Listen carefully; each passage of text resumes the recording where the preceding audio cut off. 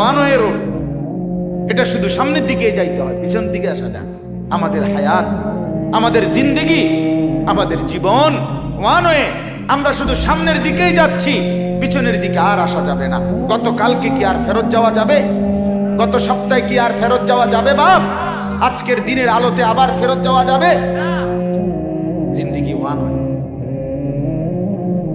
জীবন সামনের দিকে যায়, সামনের দিকে যায়। নওজোয়ান, কিশোর, তরুণ, যুবক, তুমি সামনের দিকেই যাচ্ছ।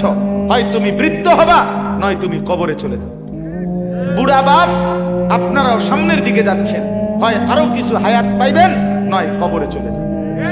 কিন্তু আপনি চলমান, আপনি চলমান, চাইলেও না চাই সময়কে থামাইতে পারতেন না, হায়াতকে আটকাইতে পারতেন না। পৃথিবীর কোন শক্তি, কোন ক্ষমতা, কোন দল, কোন নেতা, কারো কিছু দিয়েই হায়াতকে থামানো সম্ভব?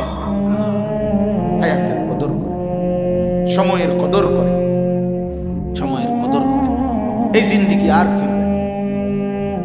কুরআনুল কারীমের মধ্যে আছে, ওয়া আনদিরিন নাসা ইয়াওমা ইয়াতিহিমুল আযাবু ফায়াকুলুল লাযীনা যালামু রব্বানা আখিরনা ইলা আজালিন করিব।